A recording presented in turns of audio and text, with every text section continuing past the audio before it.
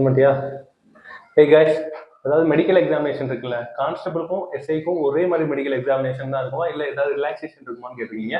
S, ஒரு நல்ல கொஸ்டின்ங்க. எனக்குமே ஃபர்ஸ்ட் இந்த டவுட் இருந்துச்சு. மோஸ்ட்லி நிறைய பேருக்கு இந்த டவுட் இருக்கும். ஓகேவா? கான்ஸ்டபிளுக்கும் சேம் மெடிக்கல் தான் நடக்கும், அண்ட் எஸ்ஐக்குமே சேம் மெடிக்கல் தான் நடக்கும். எந்த டிஃபரன்ஸுமே இருக்காது.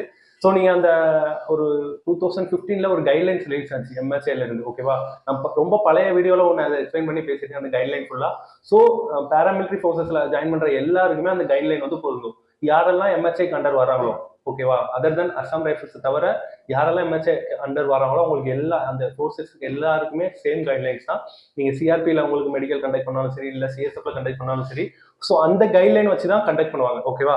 அண்ட் மெடிக்கல் போர்டு நான் யூடியூப்ல நிறைய பார்த்தேன். ஓகேவா? நிறைய வீடியோஸ்ல நார்த் சைடில் நம்ம வடக்கு நண்பர்கள்லாம் பேசிக்கிறத பார்த்தேன். இந்த மெடிக்கல் இப்போ வந்து ஈஸியா இருக்கு, இந்த சென்டர்ல போனீங்கன்னா உங்களுக்கு ஈஸியா இருக்கும், நீங்க அந்த சென்டர்ல போனீங்கன்னா உங்களுக்கு ஈஸியா இருக்கும், 2-3 சென்டர் மென்ஷன் பண்ணி சொல்றாங்க. ஓகேவா? அந்த மாதிரி எதுவுமே கிடையாதுங்க. மெடிக்கல் போர்டு வந்து எப்படி டீடைல் ஆகும்னா, ஒவ்வொரு இதுக்குமே ஒவ்வொரு மெடிக்கல் போர்டு வந்து ஐஜி டைரக்டரேட்ல இருந்து உங்களுக்கு ரெக்ரூட்மெண்ட்ல இருந்து உங்களுக்கு டீடைல் ஆகும். ஓகேவா? இந்த சென்டர்ல இவங்க கண்டக்ட் பண்ணணும் அப்படின்ட்டு. ஸோ அந்த நார்மலா பாத்தீங்கன்னா ஏசி ரேங்க்ல இருந்து தான் இண்டக்ட் ஆவாங்க மெடிக்கல் ஆஃபீஸர்ஸ். அதாவது டாக்டர் இண்டக்ட் ஆகிற ரேங்க் வந்து ஏசில இருந்து அசிஸ்டன்ட் கமாண்டர்ல இருந்து தான் இண்டக்ட் ஆவாங்க.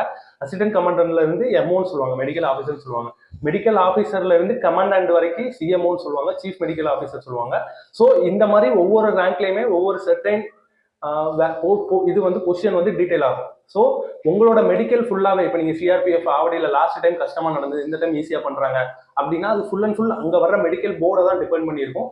அண்ட் ஷுவருங்க, எல்லா டைமுமே ஒரே மெடிக்கல் போர்டு ஒரே இடத்துக்கு வர மாட்டாங்க. ஓகேவா?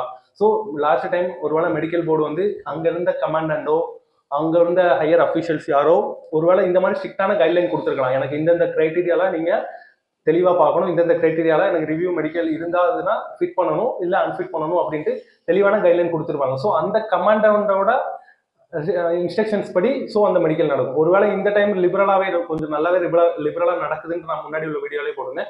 அது லிபரலா கிடையாது. ஸோ அந்தந்த மெடிக்கல் போர்டோட ஹையர் அஃபிஷியல்ஸ் கொடுக்குற இன்ஸ்ட்ரக்ஷன் படி நடக்கிறது தான்.